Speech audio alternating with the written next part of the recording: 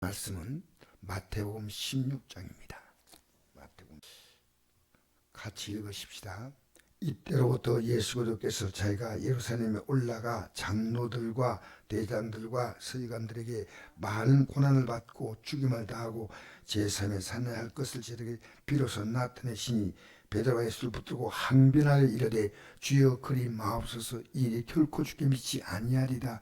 예수께 돌이키신 베드로에게 이르시되 사단아 내 뒤로 물러가라. 넌 나를 넘어지게 하는 자로다. 내가 하나님의 일을 생각하지 않고 아니하고 도리어 사람의 일 생각도 하시고 예수께서 저에게 이르시되 누구니 나를 따라오려거든 자기를 부인하고 자기 십자가 지고 나를 따를 것이라. 아멘. 할렐루야. 참 여기에 자기를 부인하라는 이 말은 어떤 의미있으면 내가 내 주장과 삶의 가치를 놓쳐버리면요 내 존재감이 없어져요. 우리는 우리의 주장대로 가는 겁니다. 그런데 믿음의 길은 너 주장대로 살아왔기 때문에 지금 이렇게 사는 건데 이제 너 생각보다 내 생각을 받아들이지 않겠니? 이렇게 말씀하시는 겁니다. 우리 생각이 그냥 말씀을 듣고 들으면요 조금은 교훈받고 하지만요 흔들리지 않는 것이 우리 생각대로 가는 게 우리 모든 사람들이 거의 대동소이합니다. 근데 예수님은 지금 십자가의 죽음을 앞두고 이 땅에 오신 목적이 십자가의 죽음이에요. 우리의 죄 때문에. 그래서 21절에 보니까 이때부터 예수께서 자기가 예루살렘에 올라가 장로들과 대장들과 서기관들에게 많은 고난을 받고 죽임을 당하고 제3의 산에 할 것을 제가 비로소 나타내시니 얼마나 중요한 사건입니까? 불과 예수님은 연료로 말하면 33세라고 말합니다. 아니 죽으시다니. 그 다음 그 뒤에 삶을 살아난다. 여기에 대해서 별로 관심 안 가집니다. 여러분 오늘 그리스도인들이요 지금 고난의 문제에 굉장히 관심이 많습니다. 빨리. 근데 이 고난이 하나님의 복되고 아름다운 뜻을 전하기 위한 하나님의 메시입니다. 고난이 와야 우리가 주님 바라보잖아요. 성경을 보면 고난을 통해서요 이 고난이 굉장히 아름다운 거예요. 왜? 주님 만나면요 우리의 삶이 어려운 환경이 더 좋아진 게 아니고요 그 환경보다 훨씬 더 나아진 하나님의 새로운 계획으로 우리를 인도하는 겁니다. 그 예수님은 지금 십자가 고난 받고 삶 안에 살아갈 것을 저들이 나타낼 시간 베드로가 강력히 항의하는 겁니다. 22절 보니까 베드로가 예수를 붙들고 항변하여 이르되 주여 그리 마옵소서 이 결코 주에게 빛이 아니하리다. 제가 어떻게 해서 막아보겠습니다. 그 말과 같습니다. 예수께 돌이키시면 베드로가 이르시되 사단아 내 뒤로 물러가라. 넌 날 넘어지게 한 자다. 내가 하나님의 일을 생각하지 아니하고 도리어 사람의 일을 생각도 하시고. 그럼 하나님의 일이 뭐고 사람의 일이 뭡니까? 하나님의 일은 예수님이 십자가에 못 박혀 죽으심으로 말미암아 우리를 구원한 게 하나님의 일이고 사람의 일은 뭡니까? 이 지금 고통을 받으면 안 된다는 겁니다. 그런데 이 마음을 주었던 것이 뭐냐? 베드로에게 사단이 주었다는 겁니다. 그래서 사단아 물러가라. 여러분 우리의 뜻대로 살아가려는 그 생각 배후에는요 사단의 생각이 있습니다. 아셔야 됩니다. 속지 말아야 됩니다. 그래서 예수께서 제자들에게 이르시되 누군지 나를 따라오려거든 자기를 부인하고 자기 십자가 지고 나를 따를 것이다. 나를 따라올 것이냐 아니냐. 여러분 성경을 보면요 예수님이 하신 말씀을요 따라오지 않은 자가요 너무나 많았습니다. 자기를 부인하지 않았어요. 제가 아래 저녁에 오늘 저녁이 아니고 어제 저녁이죠. 오늘 밤 자고 났으니까. 근데 하루 전날 저녁에요 제가 신기한 꿈을 꿨어요. 근데 꿈 내용은 내가 분명히 이렇게 어떤 생각이 나지 않는데 그 내용을 꿈을 꾸고 나서 밤새도록 그 꿈에 내가 시달렸어요. 어떤 내용이냐면요. 내가 되게 걱정이 돼가지고 계속 그 일을 했습니다. 그런데 꿈을 깰 때쯤 되니까요. 딱 깨달은 것이 내가 할 일이 아니었어요. 이야, 내가 이렇게 어리석게 왜 그 문제 때문에 크게 고민하고 걱정하고 염려했던가. 이거 내 일이 아니었구나. 저는 이런 꿈을 처음 꿨어요. 가보니까요. 우리는 지금 쓸데없는 이것 하나님 보실 때는 정말 가치 없는 일이 얼마나 시간과 삶과 에너지를 뺏기고 있는지 몰라요. 여러분 참 우리의 삶을 우리가 보는 관점으로 본다면 이 믿음 생활을 포기해버려야 됩니다. 오늘도 여러분 주일날 나오지 않고 집에서 쉬면 좋지 않겠습니까? 어디 봄이니까 이렇게 바람도 쏘이고 좋을 거 아닙니까?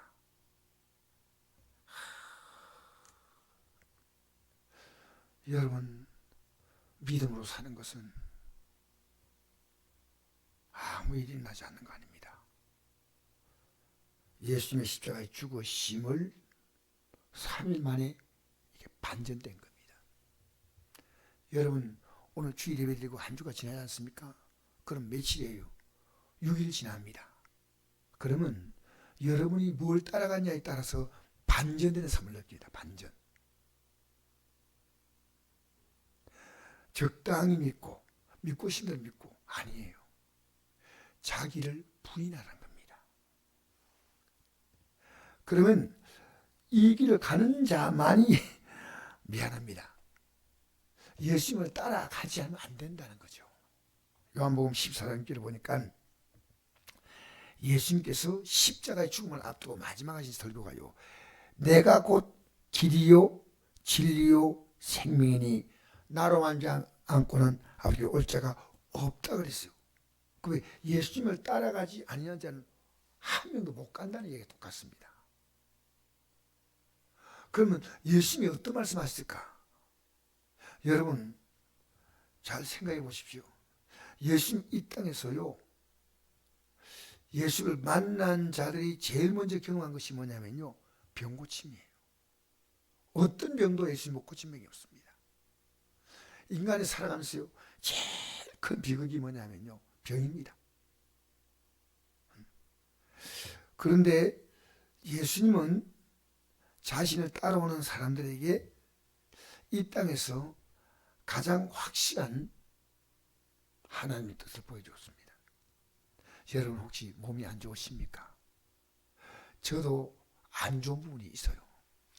그런데 그걸 기도했더니 하나하나 하나님께서 회복신을 느껴요. 지금 여러분 나이가 되면요 장사 없어요. 여기저기 몸에 이상이 나타난대요. 근데 그 주님의 손에 다 맡겨왔습니다. 내가 정말 나를 부인하는 이것은요 굉장히 어려운 일이에요. 성경을 보면요 주님을 따라간 사람은 소수고 다 부인해. 자기 생각대로 살았습니다. 여러분 이 성에는 가장 확실한 두 개 있다는 사실이 이거 믿음의 눈동이 보여요. 이 믿음의 눈, 내가 예수 믿는다, 진짜 믿는다, 예배당 나오는 게 아니고 그러면요 두 개 딱 보일 뿐이에요. 멸망의 길과 영생의 길이에요. 그 사람도 그렇게 보여요. 요한복음 3장 16절 말씀에 하나님의 세상을 이처럼 사랑하사 독생자를 주었으니 이런 것을 믿는 자마다 멸망하지 않고 영생을 얻게 하려 하십니다.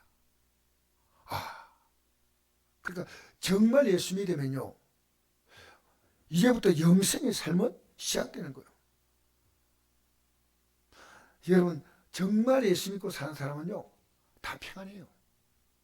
뭐 큰 부자가 된다는 게 아니지만 언제나 다시 힘들면 예수님 앞에 나와서 예수님의 이름으로 기도하고 이러면요 회복되고 치료되고 위로받고 인도받고 도와주시고 또 꿈을 주잖아요. 하나님. 너무 놀라운 꿈이에요. 너 지금 쓰고 있는 걸 하지 마. 그래서 제가 어제 어떤 분과 만나기로 했는데 내가 만나려고 했는데 하나님 앞에서 그건 별 가치가 없어요. 그래서 가다가 중간쯤 딱 돌아왔어요. 여기서 한 1시간 가야 될 건데 내가 해놓고 나서 이게 아니다. 다른 방식으로 해야 되겠다. 여러분, 하나님께서는 인간의 범죄를 모두 용서하시고 어렵게 만드셔서 우리를 부활의 몸을 있게 하시고 한나라 들어가게 하시는 이것은요, 예수님의 철저한 자기 부인이에요. 그 우리가 품어야 할 이 마음이에요. 빌립보서 2장 5절 보니까 이 말씀이 있습니다. 너희 안에 이 마음을 품어라. 곧 그리스도 예수의 마음이니 그는 근본 하나님의 본체시나 하나님과 동등됨을 자꾸 여기지 아니하시고 오히려 자기를 비워 종연길을 가해서 사람들같이 되셨고 사람의 모양으로 나타나 자기를 낮추시고 죽기까지 복종하시니 곧 십자가에 죽으심이라. 할렐루야. 여러분, 이 십자가에 죽으시란 이 우리의 죄사함의 용서한다는 것은요, 예수님이 십자가에서 피 흘렸어요. 에베소 1장 7 보니까 우리는 그리스도 안에서 그의 은혜의 풍성을 따라 그의 피로 속량 곧 제사함을 받느니라. 여러분, 용서가 절대로 쉬운 게 아니에요. 너무나 어렵습니다. 예수님은 우리를 용서하려고 철저하게 자기를 부인하셨습니다. 여러분, 우리가 자기를 부인하는 것이 얼마나 어려운가. 부모 공경의 문제 가지고 오늘 어버이질 아닙니까? 생각해 보십시다. 여러분, 10계명 아시죠? 그죠? 10계명 10계명 있죠? 그래 1계명부터 1, 2, 3, 4계명 있고 5계명이 내 부모를 공경하라 했거든요. 그렇게 1계명, 2계명, 3계명, 4계명은요, 우리 부모가 있는데 영원한 부모님은 하나님 아버지십니다. 영원토록 우리를 이제는 하나님의 자녀로 삼아서 살게 하신 분이고 이 땅에서 살아갈 동안에 우리에게 생명의 연결고리를 만드신 것이 부모입니다. 그래서 이 1계명에서 5계명까지는 한마디로 하면 다 같이 효도입니다. 효도. 부모님을 잘하면. 자, 에베소 6장 1절에서 4절 말씀에 이런 말씀이 있습니다. 한번 읽어볼까요? 자이들아, 주 안에서 너희 부모에게 순종하라. 이것이 옳으니라. 내 아버지 어머니를 공경하라. 이것은 약속 있는 첫 계명이니 이로써 내가 잘되고 땅에서 장수하리라. 또 아비들아, 너희 자녀를 노엽게 하지 말고 오직 주의 교훈과 훈계로 양육하라. 여러분, 순종하라. 공경하라. 우리 시대에서 이 말이 통할까요? 오히려 거꾸로 부모가 자녀를 공경하고 그런 시대가 됐어요. 그런데 부모 공경이 무너진 시대, 자녀들 최고의 자녀가 요즘요, 부모 속만 안 새기면 최고 자녀. 근데 하나님 말씀은요, 시대가 바뀌니까 시대의 유행을 따라가라고 하지 않습니다. 로마서 12장 2절 보니까 너희는 이 시대를 본받지 말고 오직 마음을 새롭게 함으로 변화를 받아 하나님의 선하시고 기뻐하시고 온전한 뜻이 무엇인지 분별하도록 하라. 성경은 진리입니다.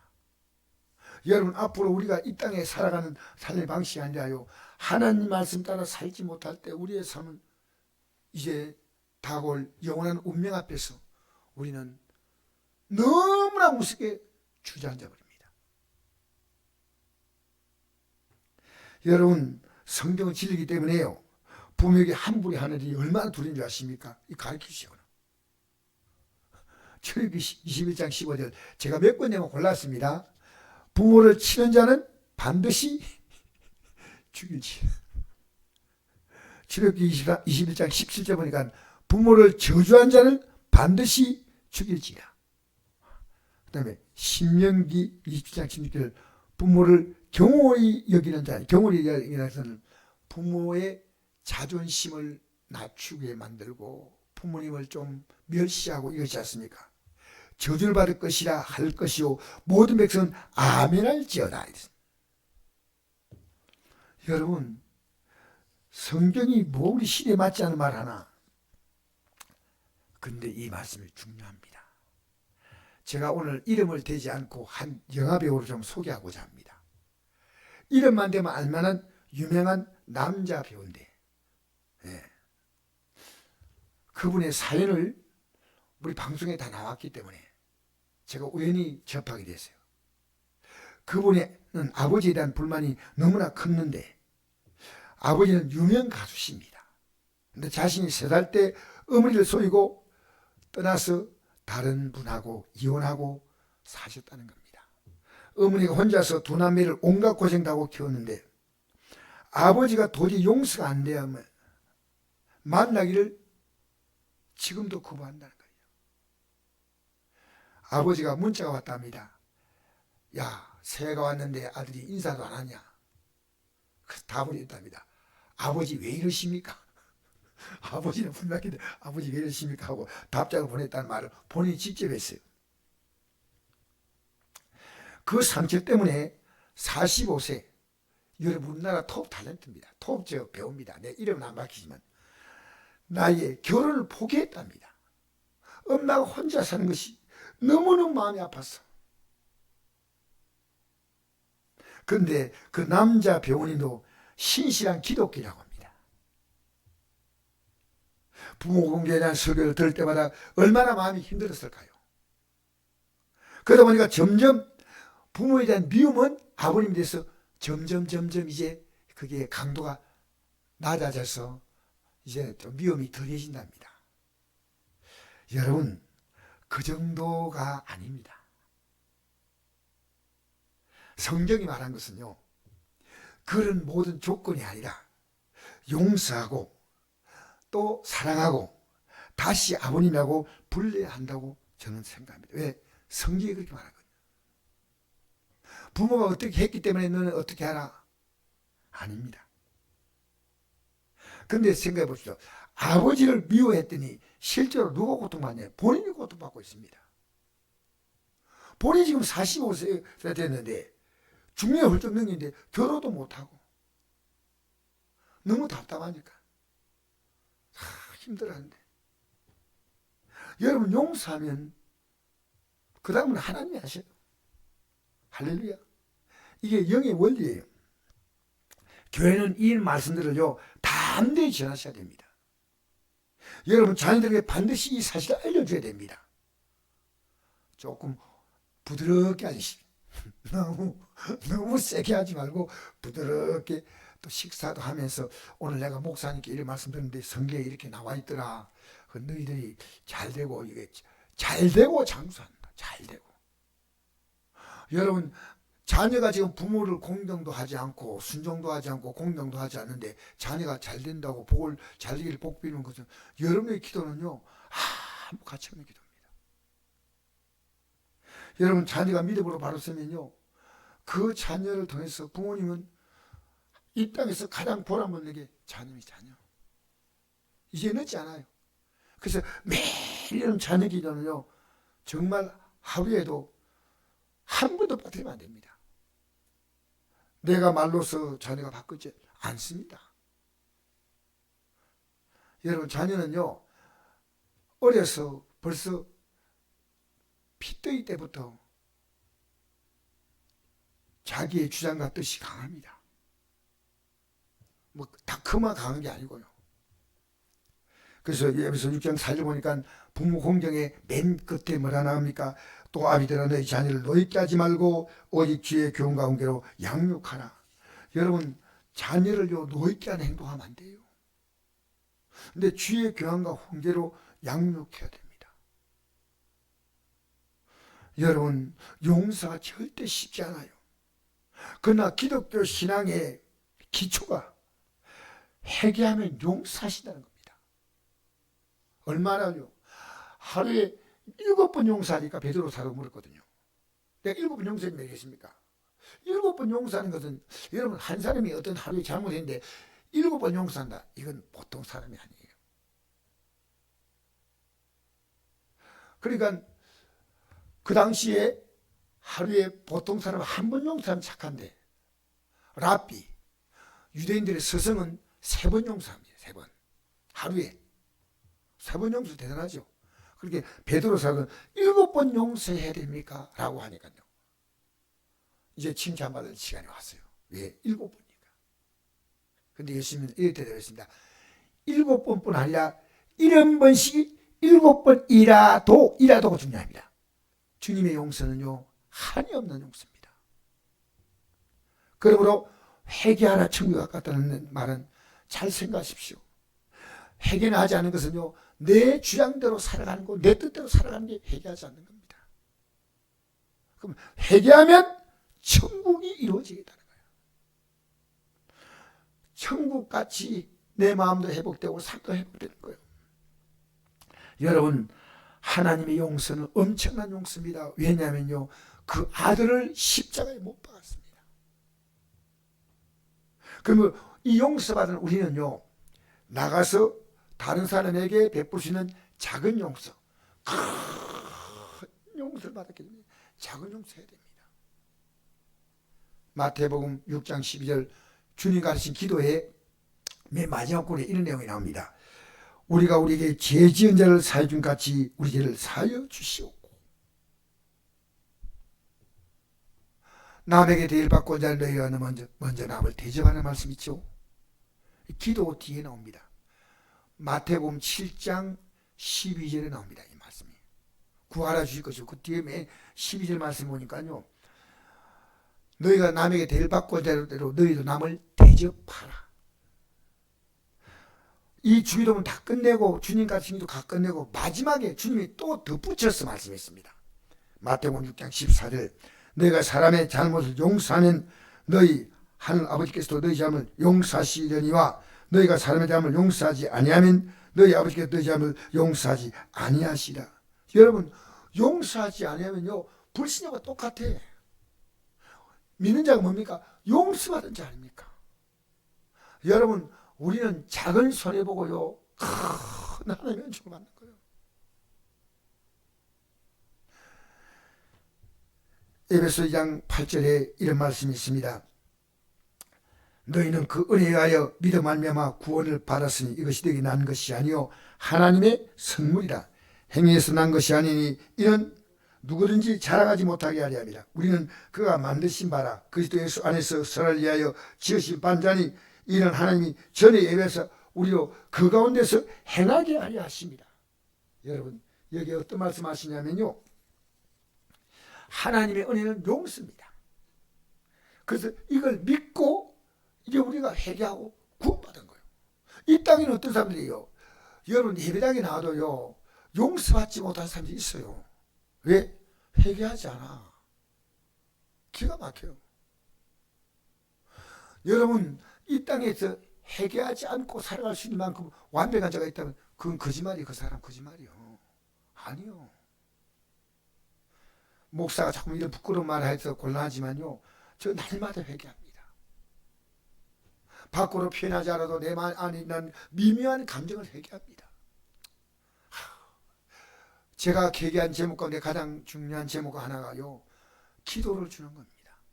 왜 심을 기도했습니까? 우리가 줄 수 있는 도움 가운데 최고 도움은 기도입니다. 남편이 안 바뀐다고요? 기도 계속 주세요. 주면요, 내가 남편을 바라보는 눈이 달라져. 그리고 하나님은 가만둘까요? 하나님이 그 마음속에 막 여러분 모르지만요, 기도하면요 그 사람 속에 변화가 있나 있어요.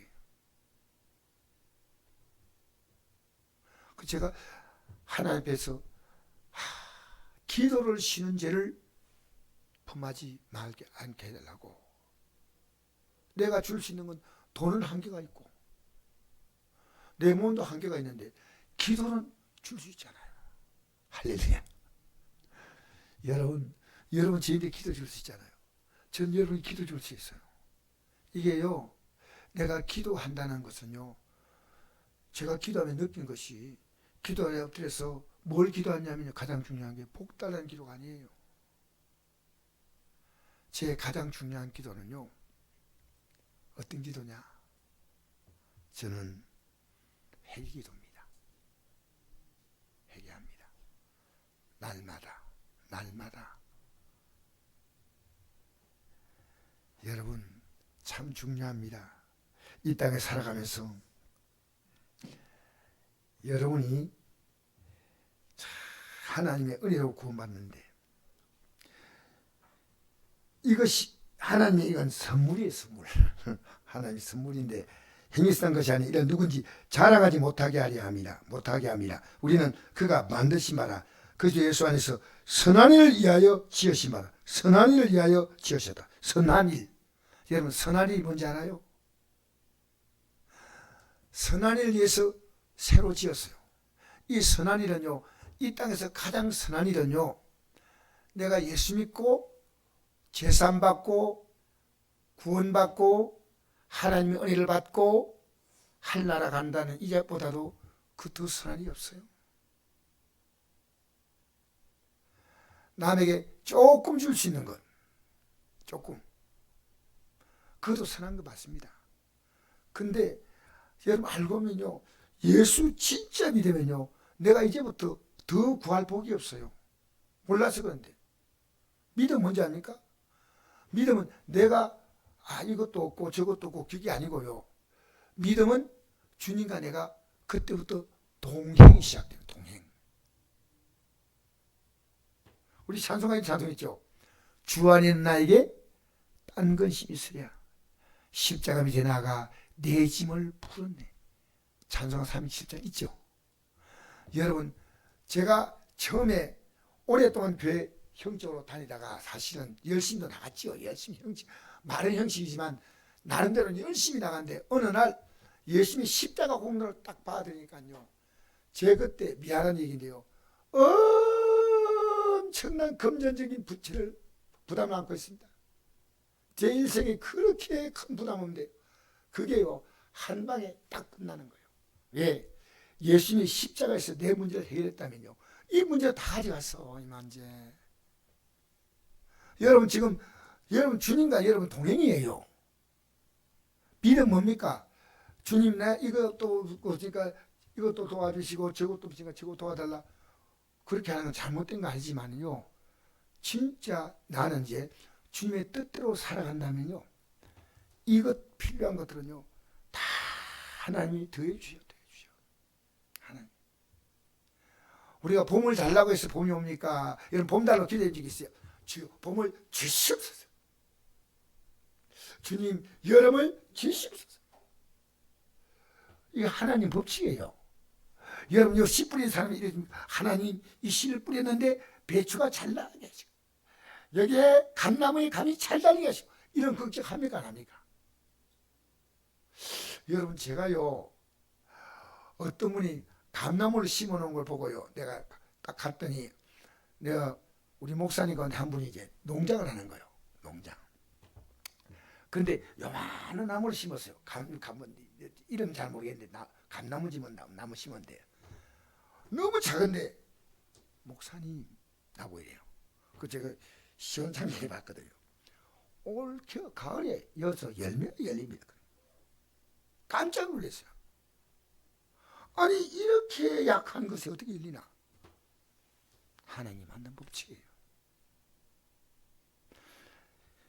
여러분, 이 땅에 살면서요, 하나님은 우리에게 한 가지를 요구하십니다. 이 선한 일에 참여하는 겁니다. 이 선한 일.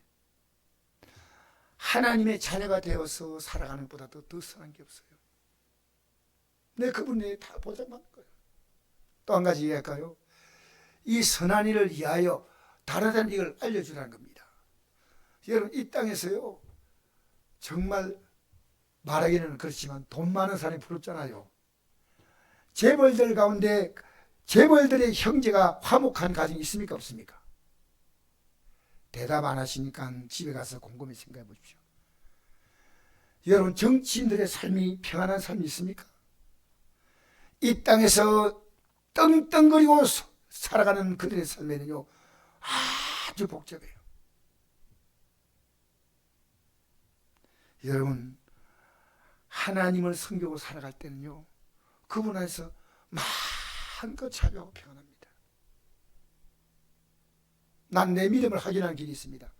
주님 안에 내가 살고 있을 때 뭐가 부족하냐는 겁니다. 내가 주님 곁으로 튕겨 나오는 게 문제지, 주님이 원하시는 삶에서 돌아서는 게 원하지, 주님이 아무리 말씀해도 내 뜻대로 막 가는 게 그게 문제지.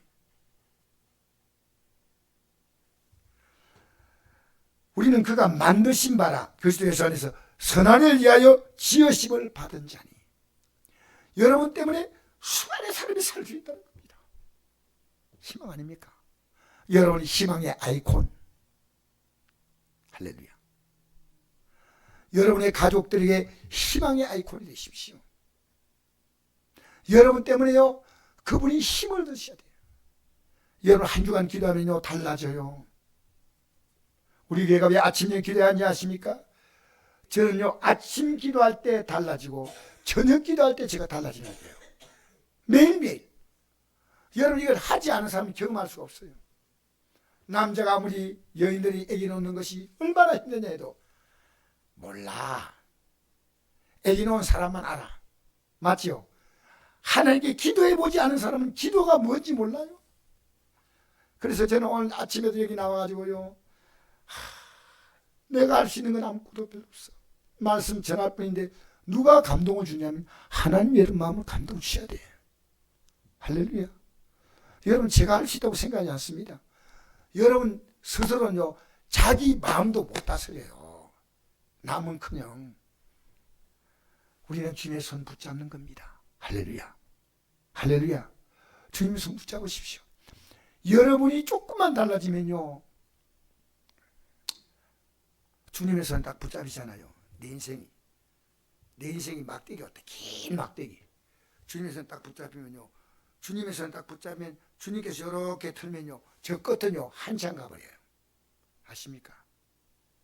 지금 여러분 주님의 손에 붙잡히면요 주님이 여러분 삶을 이렇게 움직이셔요. 제가 오늘 꿈에 얘기했죠. 내가 그렇게 꿈을 잠잘 때부터 깰 때까지 거의 다 내가 그렇게 고민하고 염려했던 문제가 마지막 잠 딱 깰 때쯤 돼가지고요, 이게 내가 고민할 문제가 아니었구나, 이거 내가 걱정할 문제가 아니었구나. 저는요 그 꿈을 주신 하나님께 얼마나 감사한지, 아 하나님 내 앞으로 헛되이 하지 않겠습니다. 여러분의 시간요 여러분 마음대로 쓰지 마세요. 하나님 앞에서 여러분의 시간을 가치 있게 사용하시기 바랍니다. 가치 있게. 여러분 저는 이렇게 생각합니다. 기도하는 것보다 가치는 있을까? 기도는요 나를 붙잡아주는 힘이에요. 육신은요 살아있다는 증거가 숨입니다. 숨이 끊어졌다면 끝난 거예요. 숨이 끊어졌는데 그 사람은 아직도 심장이 뛰고 있어요. 그럼 막 인공 호흡 해가지고 살리죠. 그죠?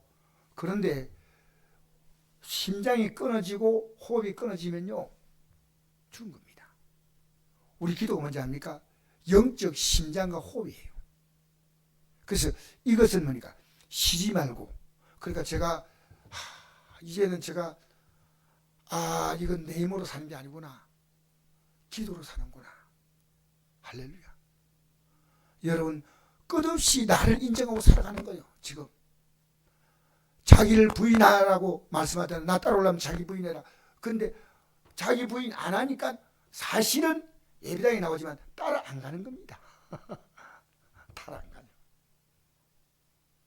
따라가면요 그분이 길이요 진리요 생명이 되시잖아요. 할렐루야. 여러분 오늘 새로운 결심하려고 생각하지 않습니까? 효도가 성경에 나와 있지만요 얼마나 어렵습니까?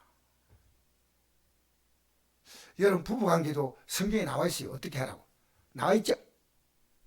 대답 안 하시는 분들 나와 있습니다. 에베소서 5장에 보면 오늘 집에 가서 불과 한 5분 하면 있습니다. 아내의 역할, 남편의 역할 나와 있습니다. 베드로전서 3장에 보면 나와 있습니다. 그런데 그대로 가요? 내 뜻대로 가요? 여러분 너무 고맙습니다. 여러분이 진실을 고백하니까 고맙습니다. 이게 쉽지 않아요. 그 예수님은 우리를 정말 인도하려고요, 철저하게 자기를 보냈습니다. 예수님은요, 자신의 따라오라는 게 아니라 너를 위해서 내가 너희를 위한 거야. 너 때문에 죽었어. 너 때문에 이 땅에 왔어. 내가 너를 위해서 너 길을 인도하는 거야. 내 길이 아니야. 예수님이 인도하는 길이 어떤 길이 아닙니까? 너 나 도움 줘. 그게 아닙니다. 그분은 전지전능하시고 무소부재하셔요. 할렐루야. 그러니까 여러분, 주님과 계속 교제하는 것입니까? 이 기도요, 기도.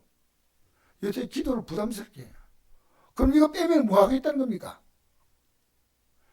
오늘도 설교 시간에 피곤한 분은 좋을 때 제가 다 피곤하시겠구나. 설교 시간에도 제가 기도합니다. 주여, 피곤한 제가 힘을 얻게 해달라고. 할렐루야. 바빠요. 입으로 설교하고 생각도 기도해요. 하나님, 오늘 눈 똑바로 뜨고 설교 잘 듣게 해 주시옵소서 하고, 또 여러분, 제가 설교하면서 숨 쉬어요, 안 쉬어요? 숨 쉬죠? 똑같은 거예요. 저는 오늘 이 시간에 말씀 전하면서도 기도합니다. 감사합니다. 여러분, 선한 위해서 이제 너가 이 땅에 남은 생에는 선한 일을 하라는 겁니다. 할렐루야. 이런 하나님 전에 위해서 우리로 그 가운데 행하게 하려 하십니다. 자, 그래서 여러분, 이 땅에 살아가면서 여러분 때문에 이제부터 주님의 인도를 받기 시작한다면, 여러분, 자기를 부인하고 자기 십자가 뭐냐면 십자가를 지고 날 따르지 않습니까? 그 십자가 뭐냐면요, 예수님이 진 십자가는 나를 구원하기 십자가고, 같은 십자가인데 내가 진 십자가는 이 예수님을 증거하는 십자가예요. 그 십자가라는 말은 어렵다는 말이면 쉽다는 말입니까? 어렵다는 게 아니고요, 악수로 어렵다는 겁니다. 십자가는요, 죽는다는 겁니다. 그래, 여러분, 가족들에게 이 복음을 전하면 가족들이 좋아할까요? 싫어할까요? 대답은 여러분 마음으로 하십시오. 여러분, 믿는 자도요, 이 말씀을 권고하면요, 목사님, 강 목사님 좀 적당히 하세요. 같은 목사님끼리 지금 제가 대화합니다. 우리 이번에 목요일 날 목사 기도 있었습니다. 목사 기도에 안동에서. 그 기도에 제가 사회자고 인도자입니다. 한 30분 목사들이 와, 회개하자, 회개 막 기도한대요. 근데 와서 좀 미안하더라고요. 너무 기도를 길게 했다 싶어가지고. 그래서, 아유, 기도를 길게 해서 미안합니다. 그러니까, 목사님, 뭔 소리 하십니까? 1시간 하셔야죠. 야, 이럴 목사님이 있다니 너무 감사하다. 여러분, 우리는 믿음 생활 우리 힘으로 못합니다. 할렐루야. 주님 따라가는데, 우리 누구 이름으로 기도합니까? 그게 중요한 겁니다. 예수님이 이루시는 겁니다. 할렐루야.